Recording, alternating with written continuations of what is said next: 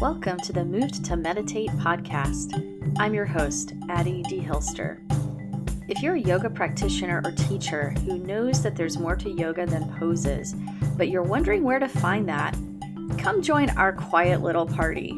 Here you'll find resources to help you deepen your practice, as well as insightful conversations with yoga, movement, and meditation teachers from a range of traditions. On this podcast, we spotlight the more contemplative aspects of movement practice. So we talk about all things gentle yoga, meditation, yin, restorative, yoga therapy, mindfulness, and more. Listen in and connect to a community of like-minded practitioners.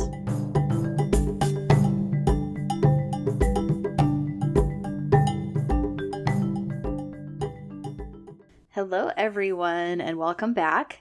Happy Lunar New Year. I'm wishing us all a really good year of the water tiger that we're heading into just now. And this is episode 22 of the podcast. And today we have a really sweet conversation in store for you with Melissa Smith-Wilkinson about resting and finding joy and some really good practical goodness about restorative yoga that I think you'll find helpful and hopefully inspiring. This episode is coming out on February 2nd of 2022. Like I said, beginning of the year of the water tiger. And that also means that we've just started a new Move to Meditate deeper dive theme for the month. So this month we're talking about equanimity or steadiness of the heart and mind. And last week's podcast was an introduction to this topic. So if you haven't, I highly recommend listening back to that one if you haven't heard it already. Equanimity is a really helpful, important quality. It's something we can cultivate in practice, but it's also something we consider an outcome of the practice. It gives us this sense of groundedness, but also clarity, so we can deal with life's curveballs, and we can also consider everything to be within the scope of our mindfulness practice. So it's really practical, real-world mindfulness, and I think it'll be a wonderful topic for us to dive into all month. If you're on my email list, you'll be getting the deeper dive worksheets on equanimity this week, so you can play with it and do some reflection on your own. This one's a fun one. I had a good time designing it. It has journal prompts. It has suggestions for cultivating equanimity in your meditation, in your yoga practice on the mat. And it also has some tree contemplations. Trees are a really good symbol of equanimity. So you can join the list at my website at movedtomeditate.yoga. Find out what trees have to do with equanimity and a lot more. So that's movedtomeditate.yoga. Just sign up there if you're not on my email list already. And if you're listening to this later and you missed out on getting the worksheet in February of 2022, you can still get it if you want it. You just need to email me at mail@movedtomeditate.com, and I'll send it to you and put you on the list for future ones. Okay, so that's it. Let's go ahead and listen in to this conversation with Melissa Smith-Wilkinson. Welcome back, everybody. So I have with me here today Melissa Smith-Wilkinson, and I'm really excited to talk to her mainly about restorative yoga today. And Melissa and I met quite some time ago through our mutual teacher, Leanne Carey, because you, Melissa, you were part of the her training team when I was studying with you all and getting my 300 hour through Leanne. And I think you were teaching a couple of different things in her program, and a lot. It was such an amazing group of people. Jules Mitchell was the anatomy teacher at the time before everybody knew who Jules is, and so I feel really fortunate to have connected with you all through that program like a while back. But just to tell everyone a little bit more about Melissa before we start the conversation, she is a yoga teacher trainer for restorative, gentle, and sustainable yoga, and the founder of a yoga studio in Santa Fe. You call it, how do you pronounce it? Pranava. I was like, which syllable gets the emphasis in that in Pranava Yoga Studio? And she is also the founder and executive director of caregiverwellnessretreat.com, which is for caregivers of Alzheimer's and other dementias. which is so amazing. Having someone in my family with Alzheimer's and someone caregiving for them, I can really understand how crucial and important that work is.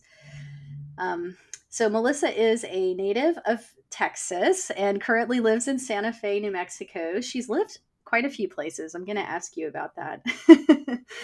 And her teaching style lends itself towards mindful, slow, sustainable asana for strength, injury prevention, and restoration. She has a passion for special populations and their needs. She shares her techniques to developing a discerning eye as a teacher, and she's soon to be a graduate with her master's in clinical mental health. That's amazing. Thank you. It's been a big deal, and I'm pretty excited about it. You should be. I think that is a huge deal to take on a full on master's program. So I look forward to seeing where that leads you. Me I too. think the first thing I want to ask you to tell us about is just some of the cool places that you've lived and traveled in this world and taught yoga. Oh, wow. And so, of course, that feels like a different iteration of my life now that everything has completely changed. I've lived a lot of different places. In my first marriage, my husband at the time was in the oil industry, so we moved every 3 years. So kind of hopped around between New Orleans and Arkansas and Texas. And we lived in Malaysia on two different times. So I lived there a total of about 7 years. Wow. And then we moved to Calgary, Alberta. And at that time, we were just co parenting and not married.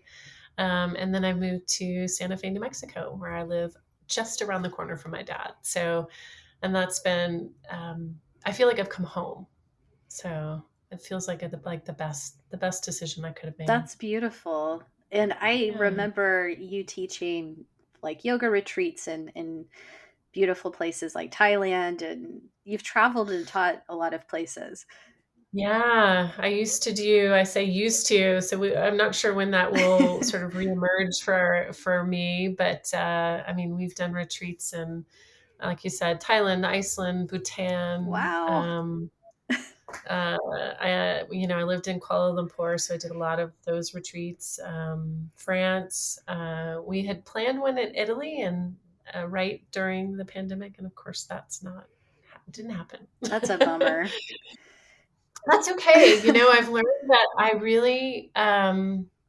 it's really interesting because I've learned that I actually really enjoy this idea of sort of nesting and nourishing at home, and that there are so many things about where you live that can be really delightful and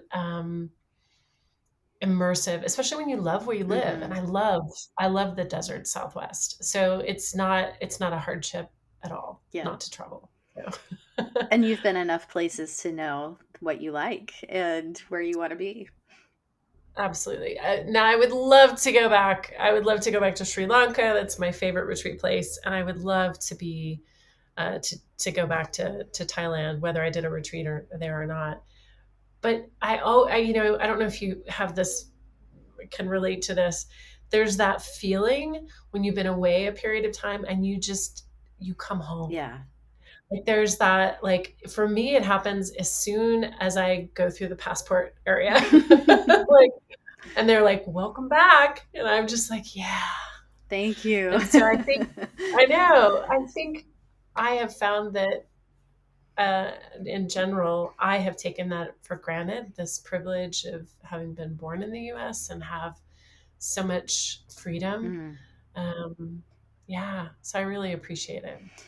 Yeah, I get that completely, and it's wonderful that you enjoy where you are, since we're pretty rooted where we are for the most part these days. For Um, sure. and so, what about your yoga background and like how you got started teaching, and I know that's going to be a long and rich story too.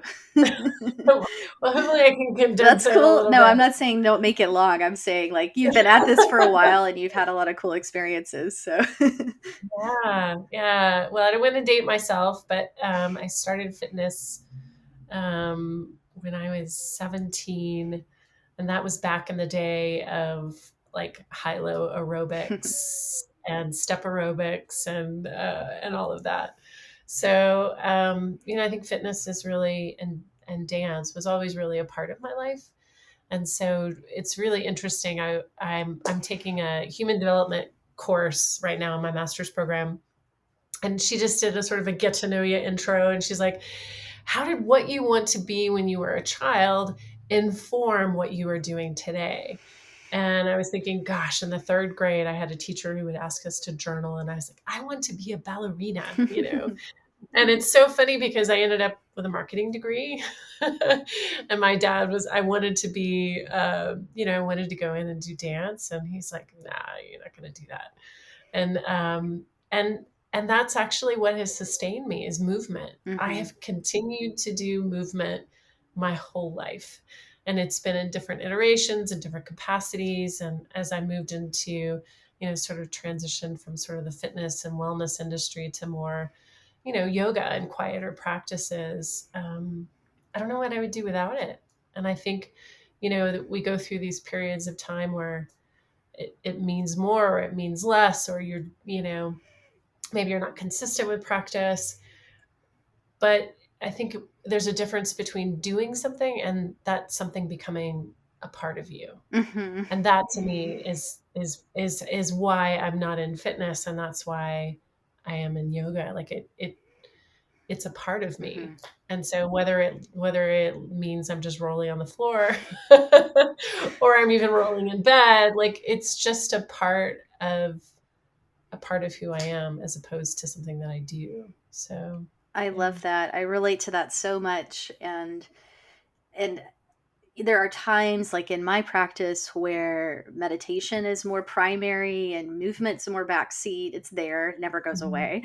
And then other times it sort of flips and it ebbs and flows. And I would say, like during the pandemic, with there being so much internal agitation and flux and change and uncertainty, I've really leaned on the movement practices a lot, maybe more than ever. Like they've become so important to me, and I appreciate them in a new way because of just really seeing so directly how my nervous system needs the movement and how it helps me process and, all of that.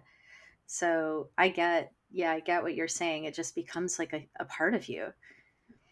Yeah, but not just the movement too. I think that's another reason I was drawn to restorative practice, because it it was almost the opposite of what I was doing, which was really like 108 sun salutations. I remember Jules Mitchell and I were at our 500 hour, and I was doing 108 every like that was a practice that I did every week. And Every week? Holy yeah, smokes. yeah. I And thought you were going to so, say and like every solstice or something. no. And it was so interesting because I look back at that person and I'm like, even though it had become a richer study for me, like I think that was sort of the beginning of really like, there's so much to peel back here in terms of the sutras and other rich learning. But it was so physical. It was so physical for me. And now it's like, I can take it or leave it in terms of that. It's just really more being than anything else. Yeah. And surviving. Yeah. So if you like, when people ask you what is restorative yoga, like someone who doesn't know a ton about yoga, and this happens to all of us teachers, and then we stammer and struggle a little bit with describing what we do. Like maybe an acquaintance or someone asks you what is restorative yoga, how do you describe that to them?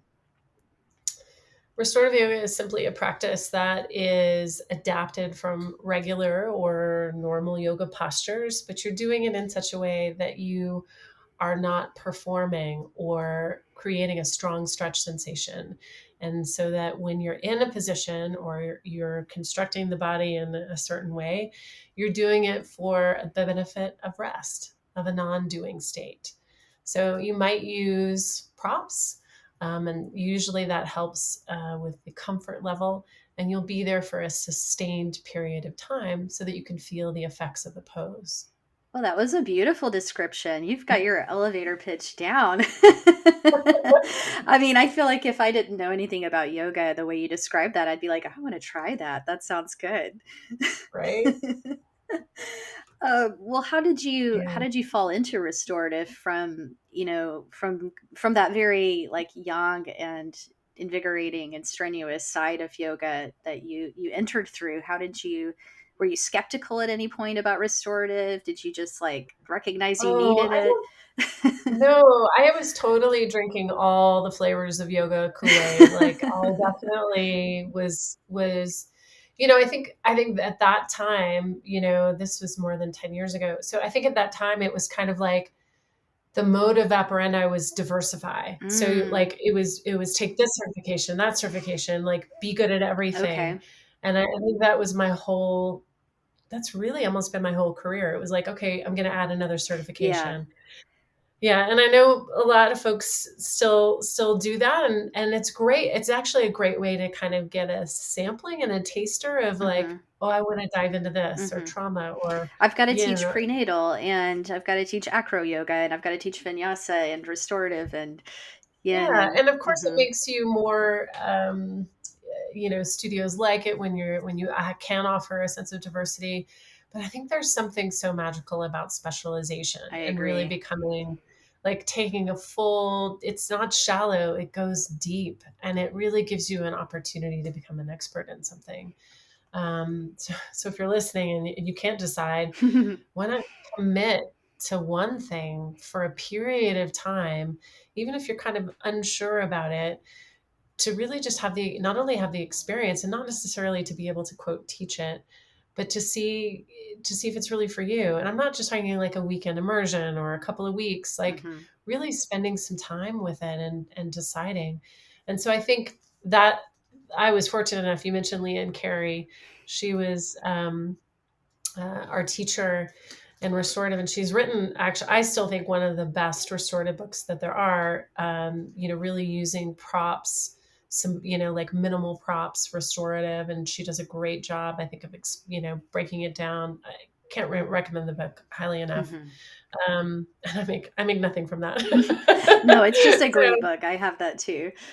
yeah, it's a great book. But I think the way that she could dissect and be able, she actually had a whole teaching segment on developing the teacher's I took eye. that Did you ever one. take that Yeah, one? that's so Yeah, good. and so that opened up an entirely new world. It's kind of like you don't know what you know until you've been exposed to it, like, right, like that moment of vidya or clarity or awareness, and you're like, oh, Hmm. that's how you see this. And so it wasn't as much me being drawn to restorative as it that whole aspect of cultivating an eye and being able to look at someone move, or being able to talk with someone and kind of discern what's going on in their body, and then really kind of just trying things out with them to be able to see, well, is this going to work? How would that work? What if we tried this? And being able to kind of see it even before they could see it, Hmm. and that just takes practice, right? Yeah. It's just a skill, but that was so exciting to me, and I think that's probably one of the biggest gifts that she gave me as a teacher.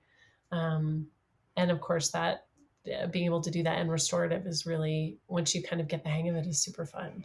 Yeah. At least for me. I think one of the things I learned from that similar experience with her was you could observe someone's body in a restorative pose, and then it could inform how you see them in an active pose, or you would pick up on Mhm. things that were patterns that would play into how they're doing an active pose, and that you can help them a Exactly. little bit better because you have observed their body in this way, and you've seen, sort of made some connections that were noticeable in that more passive place, and then they are still true when they're doing an active pose. Absolutely. And I think, you know, one of Leanne's teachers, which was Donna Farhi, and then Donna's teacher was, of course, Bonnie Bainbridge Cohen.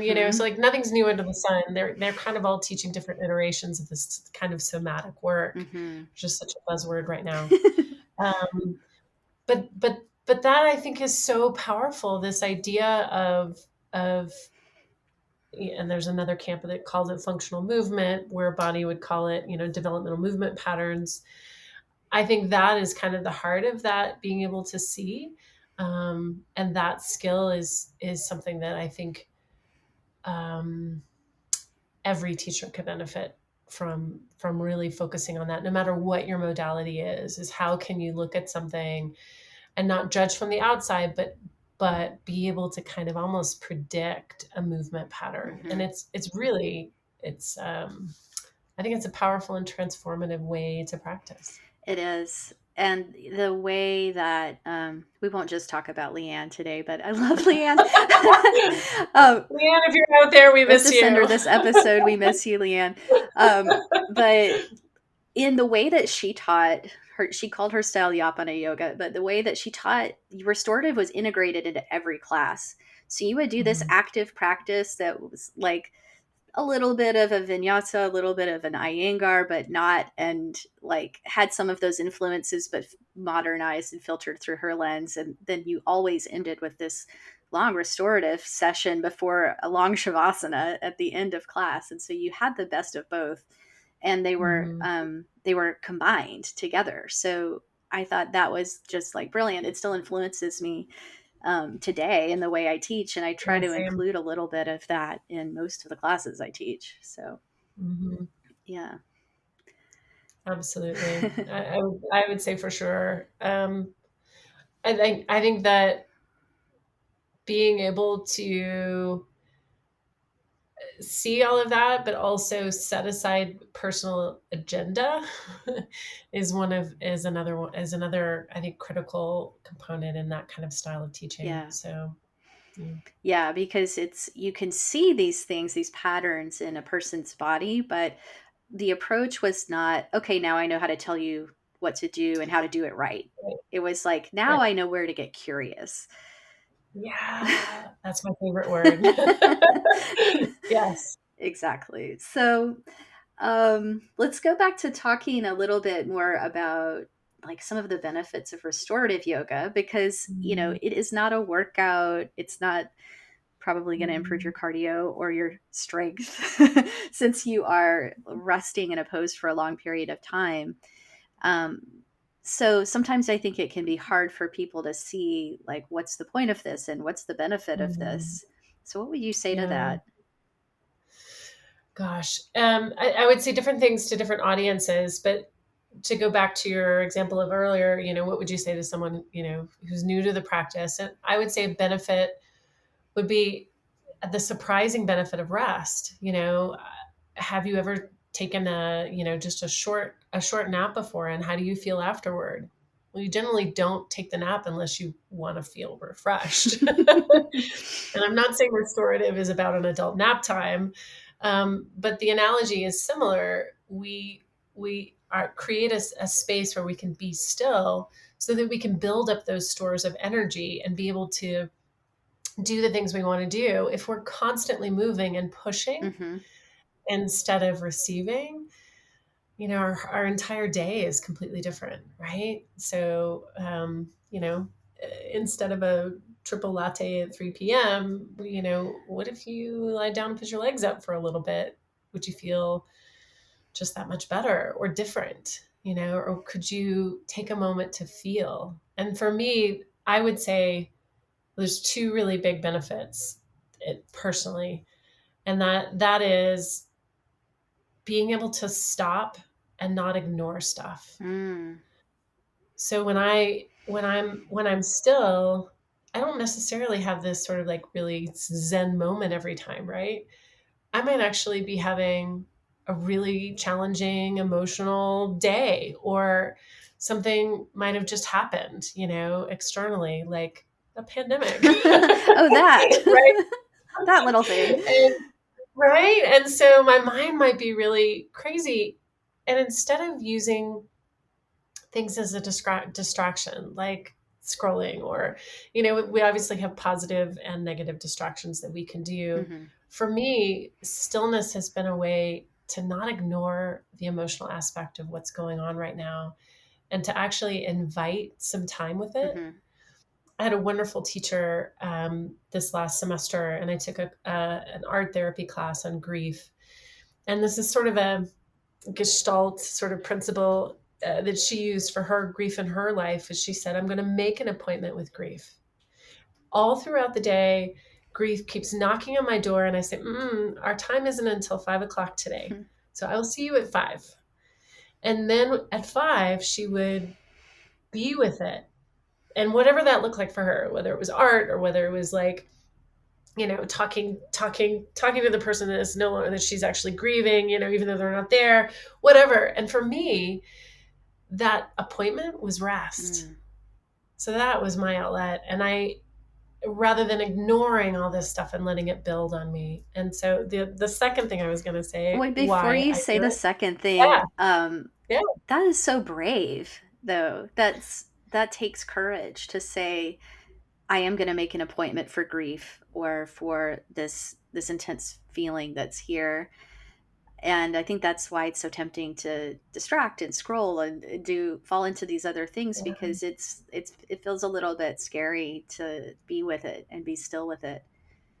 It does, doesn't it? And I think I almost find that there's kind of two different kinds of students, not to overly generalize, but you get the folks that love to do the flop and drop and like lay around, right? Like your kaffas. Flop and drop. Just like, more, right? And like, more, please. This is not a long enough Shavasana, any more than a half hour. You get those folks. Just picturing my kitten when he rolls on his back, like, pet me. Yeah, right? So you have that camp that's all bought in already. Mm-hmm. And then you have your doers or your pushers or your vatas who, or even people who physically cannot be still because they have chronic pain. Right. And so there's all kinds of reasons to not invite a sense of stillness or restorative practice. And I'm certainly not saying everyone needs to rush out and just lie down. How ironic. Right. Right. Forced rest. Hurry up and rest. There's definitely, I don't think there's a recipe for everyone. And I don't think like there's like, I wouldn't say that everyone would benefit from restorative unless you find it a way that makes sense for you, a way that it works for you. I mean, if your stillness is sitting on a park bench and staring at the birds, how beautiful would that be if that's the right thing for you? And I think that's something really important to keep in mind as teachers, that we shouldn't be pushing our modality as the be all end all, because honestly, it doesn't speak to everyone. Yeah. Focus on the people who want it. Yeah. Exactly. I don't need to make a bunch of converts. Yeah. Well, what was the second benefit you were gonna give us? The big benefit, which is, I think, opposite of. I actually, I do touch on this a little bit in my restorative trainings. Is the use of restorative for therapeutic benefits. And so a great example would be me. I had frozen shoulder a few years ago, and it was bilateral. So it was like, not only could I not lift, one arm, I couldn't lift the other arm, put on a bra, pull on my pants. Like I've never been in such excruciating pain ever. Like, it just made pain completely, it was just a new lens to see how people can suffer, and how I looked completely normal, but the chronic pain that was there for an extended period of time was just unexplainable. And so I had to relearn how to even lie down. So because I'd begun to use so many pillows and props and things in my bed as I slept to try to make myself to even be able to sleep through the night, I couldn't actually lie flat on a mat anymore. And so I had so much upper body kyphosis and forward head from protecting and guarding.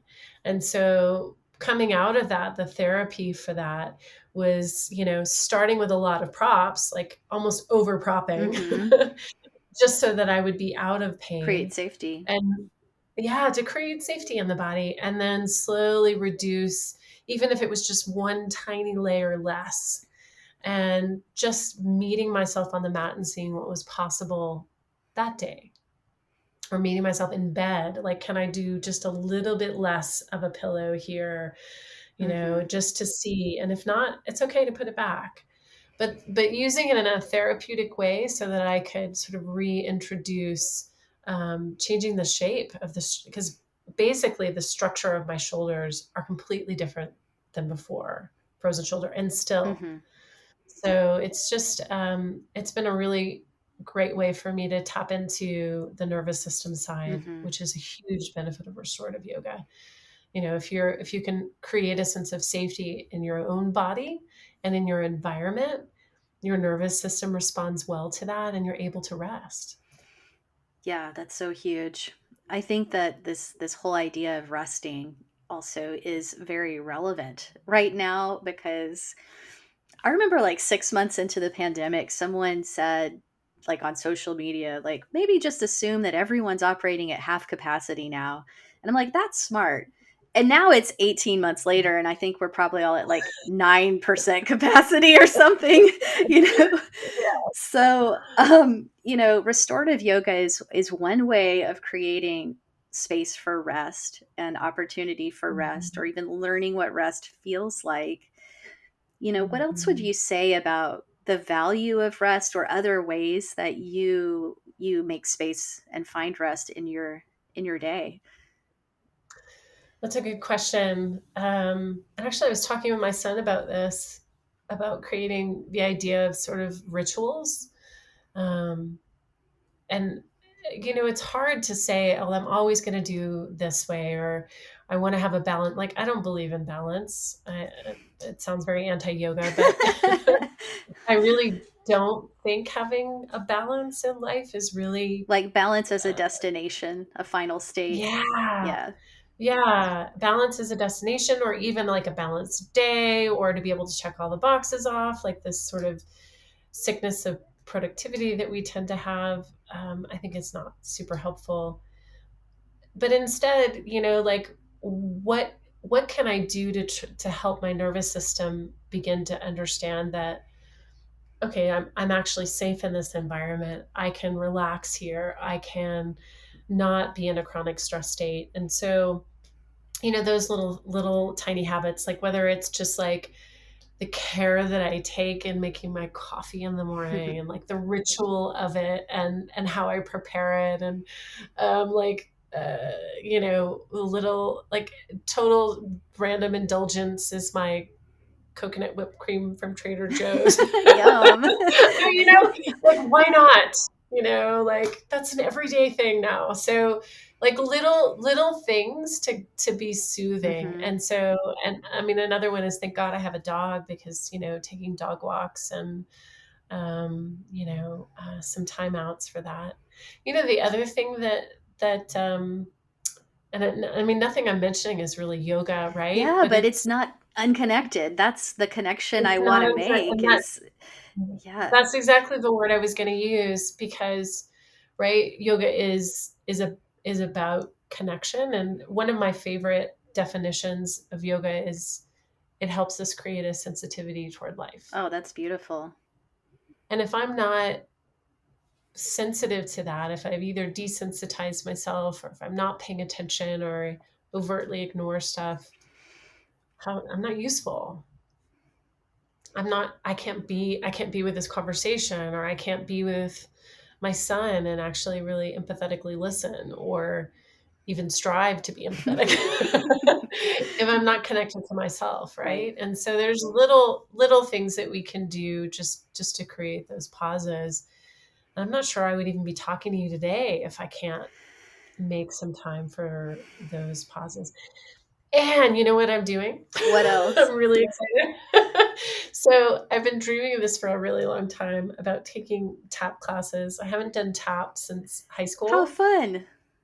I know. So I took my first tap class right before Christmas, and then they've been on break, and then COVID. And so I'm super excited to start back this next week. But I think there's also this idea of rest, but there's like, why do we put off things that really bring us like joy? like I would beg to argue that you get joy from binge watching your favorite show. Like maybe you get a little, but there's diminishing returns, right?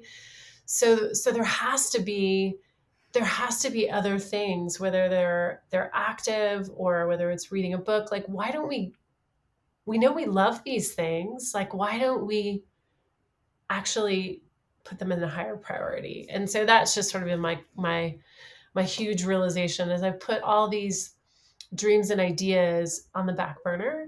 Mm-hmm. And why? Like I don't need to do all of them, but like, I'm ready to do Do tap. something. I love that. And it's interesting because like tap is quite physically active, so one might not Oh my think, God, it was so "Oh my gosh, I hard. can't even imagine." Like I admire you.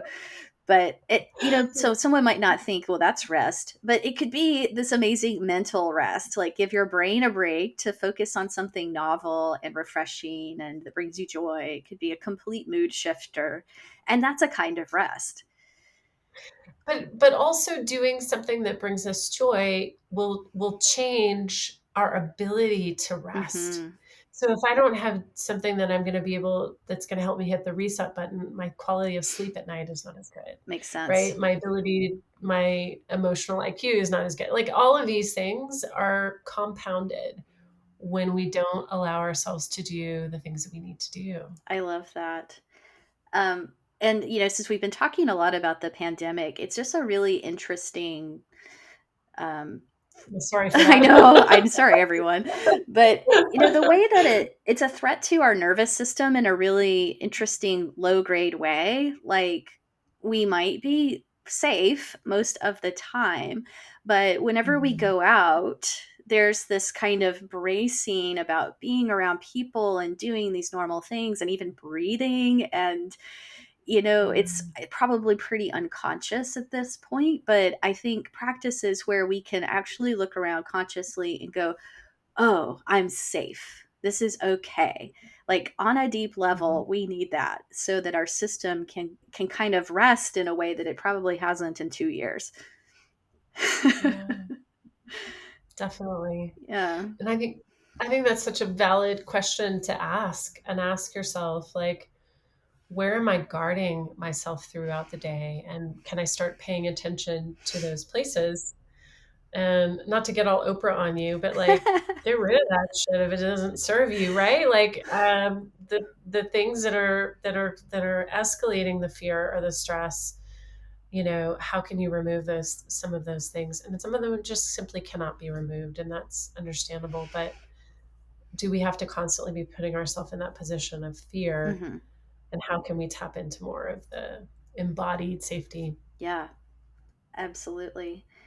So I have a couple more questions about restorative too, kind of like nuts and bolts, going back to restorative practice.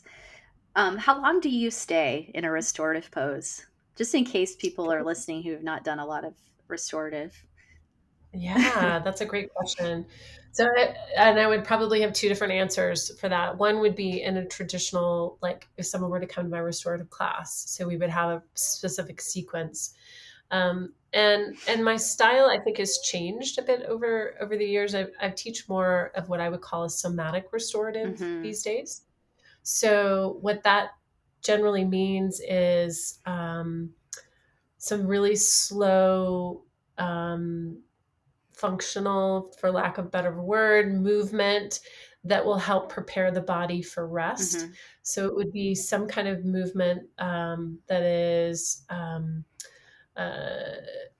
almost a developmental movement. So, for example, if we're going to do, just to keep it really simple, if we were going to do a Setu Bandha or bridge pose, or restorative bridge Hmm. pose, well, I'm going to do some things to prepare the body to carry weight on the upper shoulders. I'm Mm. going to do a little bit maybe um, to soften through the cervical spine before that, or I might work with the lower body. So it just kind of depends on where we're ultimately going. And so I would sequence the very, very gentle, mindful movement. You might even call some of it maybe Feldenkrais inspired, if you're Hmm. if you're familiar with that kind of practice, or if you're familiar with like Bonnie Bainbridge Cohen's Hmm. work, the sort of developmental movement, those kinds of things. And then and then take a period of rest. So to answer your question, in a regular class, it would depend. So if I'm teaching an hour versus 90 minutes, right? So your timing of your poses will be very different.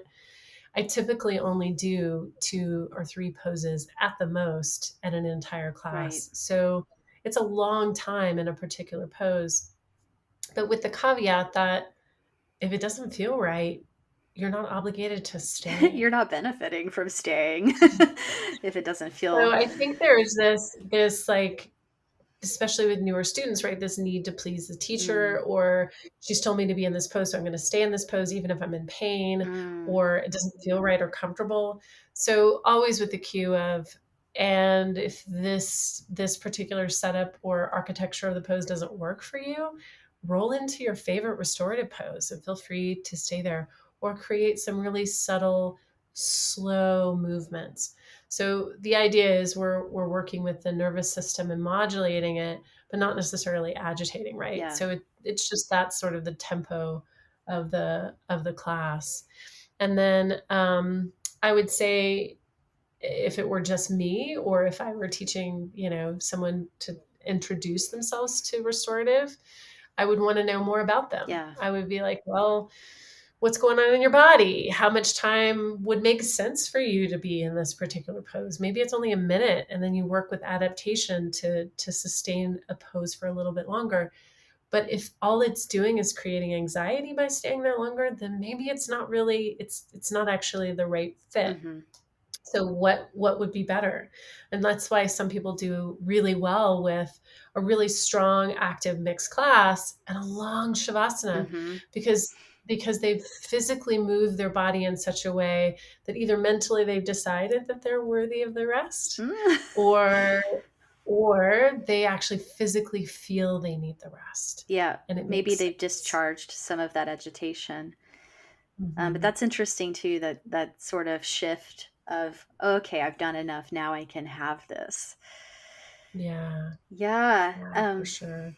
That's a beautiful description of your approach with the somatic movements and the restorative. And I think that's a brilliant combo, because sometimes when we come into stillness in a pose, we actually might feel kind of stiff if we haven't done any, gentle movement beforehand. I kind of want to call them warm up movements, but it's not really like we're trying to warm up and build heat or anything like that before this Right. kind of practice. It's just kind of more like preparing the body to be in this shape in a more comfortable way.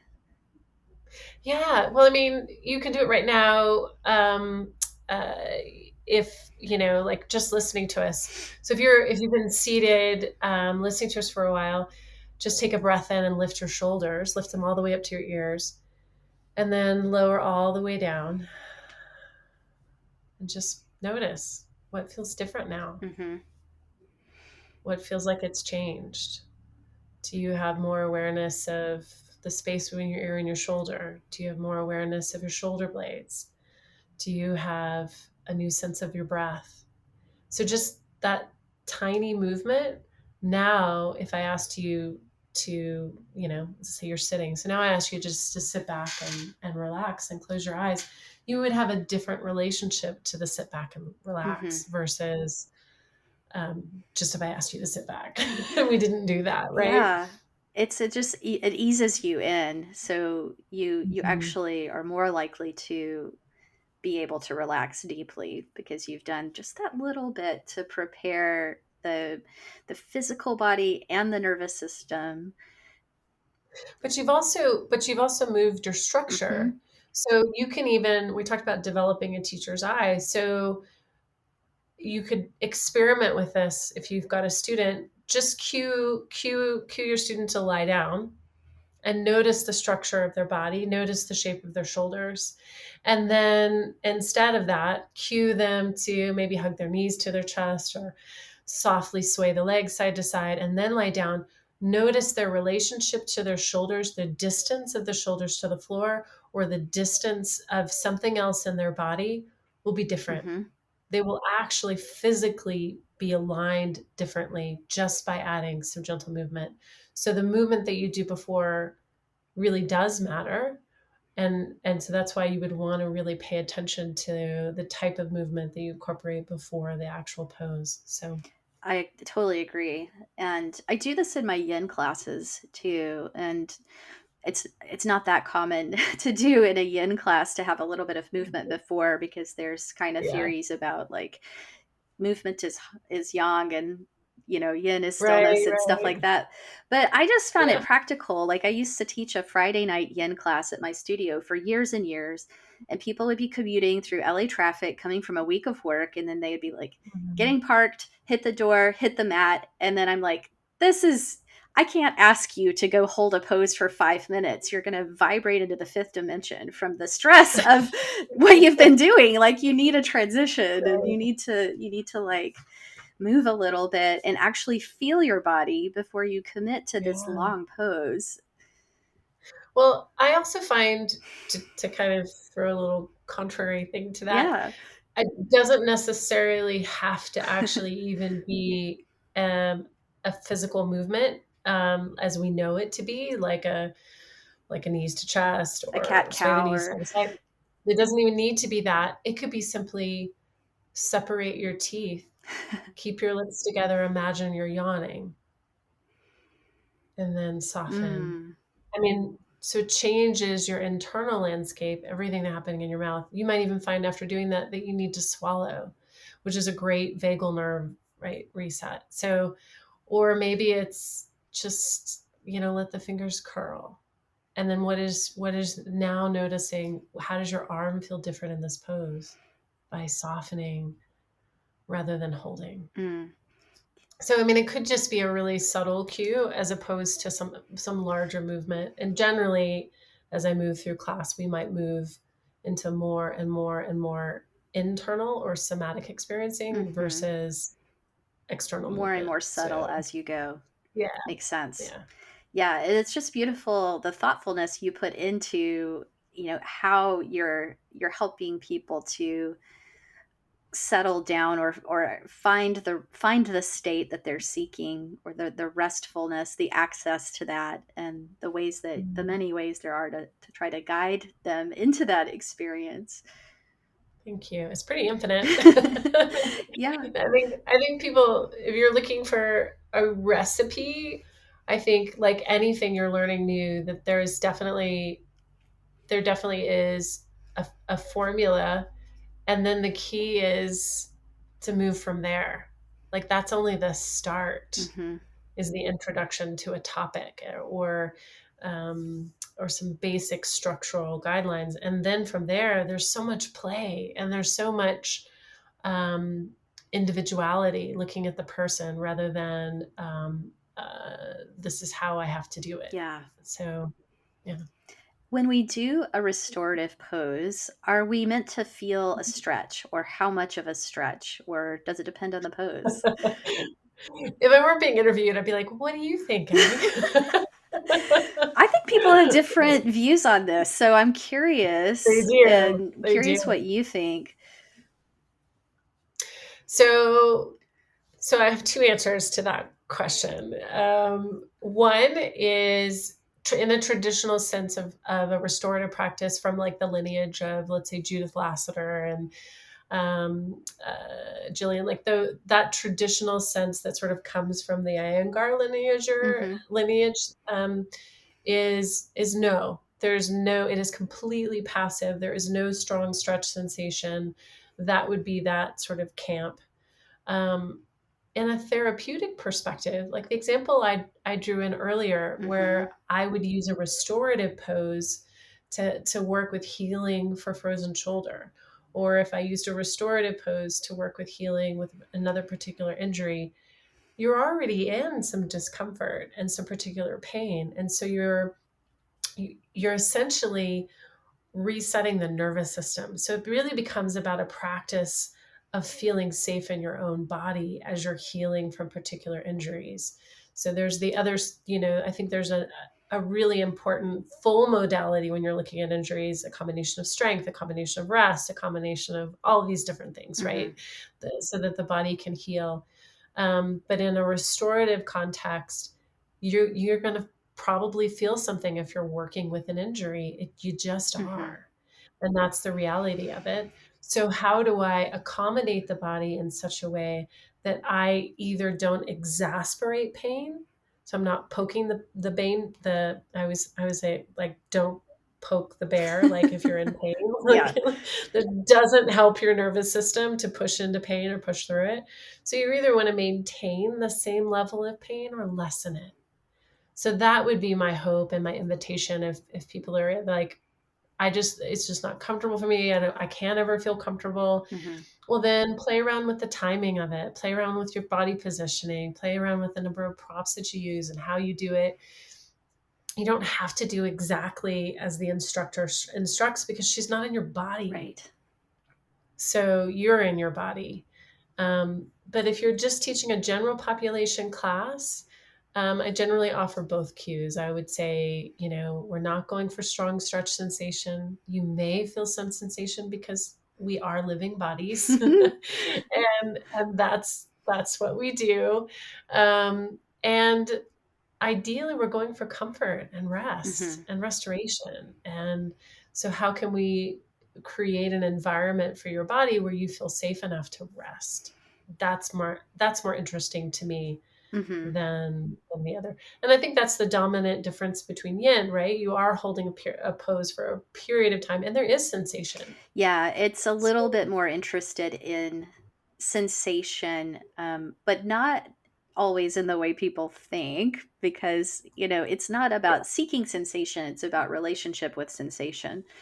And how, how to work with that and to notice our habits, like if we seek intensity always or if we shy away from intensity always. And so I like the example you gave of working with your frozen shoulder, because you are trying to open the shoulders back up, but doing it in a very intentional, calibrated way where maybe you take away one layer of blanket fold at a time and and feel what that's like. And so it's not about the stretch for the stretch's sake, but it's, but it could be there in some form. Oh gosh, it totally is. For me, still, I mean, we're several years out from frozen shoulder. Me just lying on my back without any props is a stretch. Yeah. Yeah. And for most people in the general population, it's not. Right. But because of how my body has healed and how I can continue to guard it, and COVID hasn't helped, like the amount of sitting that I've done and versus, whatever, I'm like, just like everybody else. And so I think, yeah, it's about me starting to be okay in my body again with, whatever is available to me.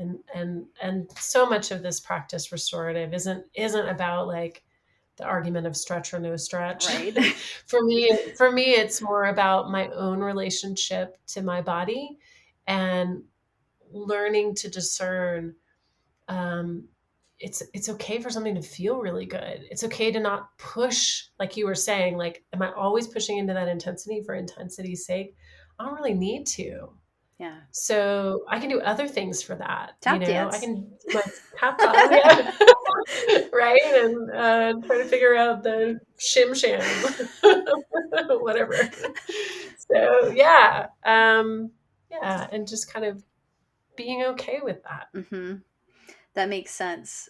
Yeah. I mean, when I first heard restorative teachers say like, no stretch, no stretch, I was like, well, then why would you do different shaped poses? Like, what is that? Like, what's the benefit if it's not, changing the body at all? So yeah. But you're putting the body in different architectural shapes because, right, elevation, inversion, prone, supine has a different effect on visceral organs and a different effect on the body. We have to think beyond just the musculoskeletal and fascia and yeah. Exactly. So, I mean, so the shape does inform maybe what your benefit or what your hope is for the particular sequence or for that particular rest period. So like, if I am feeling overly exposed and I've just had a really hard conversation, I'm not going to go and do Viparita karate legs at the wall. For me, I actually need to be in a more protected position. So I'll do something like side lying or be on my belly with a blanket over my back, Mm-hmm. like almost fully go a little more introverted. And that just brings me back to myself, and I feel more safe and more secure and like, okay, I feel much better. I don't need to force myself into an open Mm-hmm. supine Mm-hmm. position just because I feel like, Yeah. so I think it's important to be careful not to think certain poses are for certain things. The recipe, you have to really customize it to the person and the experience. Yeah, I love that. And sometimes you need to just go with what you're feeling and not try to like reverse it with a Supta Baddha Konasana, like open my Yes. heart. It's like Right. the book needs to close for a moment here. And Yeah, yeah, exactly. yeah, Exactly. yeah, We are kindred spirits, I eh? know. It's so fun. Well, what about if someone's practicing restorative at home and they don't have 90 million blankets and bolsters and all the props? Like, what suggestions? And have you been teaching people online in their homes? And Yeah. how's that working? Yeah. It's good. I think the online transition, I was pretty gung ho at first and did quite a few online teacher trainings. And I've been taking a break for this last 6 months of pretty much all teaching except for privates. And that's actually felt really refreshing. If those of you out there can relate to the hustle, it feels really nice to not be doing it at the moment. So, Good for you.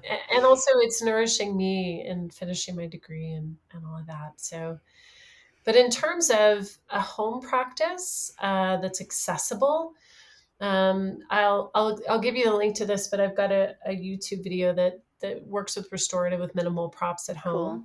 home, and that's a good one. Fluffy towel, pillow from your bed, a floppy pillow, kind of unstructured is really helpful because then you can mold it into different shapes. Mm. Um, Part of my teacher trainings now, and I'm not a fan of Walmart, so I apologize in advance, but there's these twin extra large fleece blankets from Walmart that are $5.99. And I kid you not, everyone I put in there, they're like, oh, because you can do so much more with fleece and you can mold it into different shapes and it's huge, or you can roll it, or It's it's just versatile. really versatile Cool. for $5.99. So you do not need to go buy a bunch of Mexican blankets if you're in the States listening to this. No. Yeah. So use what you have at home. And in fact, when I do teacher trainings, the first thing I ask them to do is just go through your closet, use what you have for the first session, and because that's what you're going to practice with and see how it works. Or if you're teaching at a particular studio, borrow a set of props from Hmm. them so that you can actually see how it would adapt and if it actually works for you as a teacher, and then you go from there. Don't invest in a bunch of things. See if the practice, try it on, see if the practice is going to work with what you already have, and then start looking at diversifying. I mean, you just don't need all the goodies at the candy store just to lay down and rest. I like that advice. And also, it's, don't let it stop you from practicing. If you're like, I don't have the equipment, therefore I can't do this. Like, go grab a pillow and don't let it stop you. Yeah, yeah, exactly, Yeah, I exactly. love that. Well, where can people find more info about you and things you might have coming up, like when you start doing your trainings again and classes and such? Yeah, so you can find me at pranavayoga.studio, and that's like prana, like the life with a VA, pranavayoga.studio. I do have some classes online that are already pre-recorded, and you can purchase those or just get on the mailing list. I am going to be part of two 300-hour trainings this year and doing the restorative and Shavasana segments. One is Jules Mitchell's training. Yay. So I always do the Shavasana segment of her 300-hour, and it's an incredible program, and she's doing it totally differently this year. I think it's a longer commitment and only once a week for a period of time. So it's a really, really amazing way to do that. And then with a local studio in the Woodlands, Texas, I'll actually be doing it, fingers crossed, in person in August. Yay. So we'll see.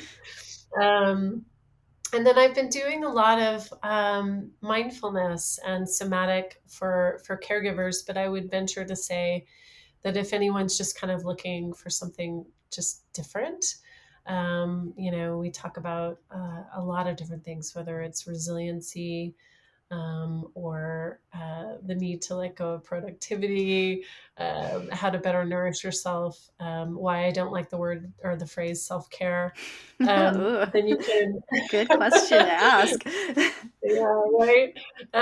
Then you can go to, it's caregiverwellnessretreat.com. Even if you're not a caregiver or someone who has a family member with Alzheimer's and dementia, and you can shoot me an email from there and find out. I do mindfulness series. So I've got a bunch of those this year with several different organizations that I'm doing. So Very cool. Well, thank you so much for sharing your wisdom with us today and the inspiration to go and rest in whatever way, whatever that looks like. It's been a pleasure. Oh, thank you, Addie. You are always a delight to chat with. I really appreciate you. And I'm excited about what you're doing. I think giving a platform to show the diversity of yoga and how yoga means something totally different for each one of us is really powerful. So thank you. Oh, thank you for saying that. I really appreciate it. Yeah, of course. So that's today's episode. If you enjoyed this conversation, please share it with a friend or leave us a review on Apple Podcasts and help others find us that way. To learn more about my work, the Moved to Meditate class library, live online classes, teacher trainings, and private lessons, go to movedtomeditate.yoga. Thanks so much for listening.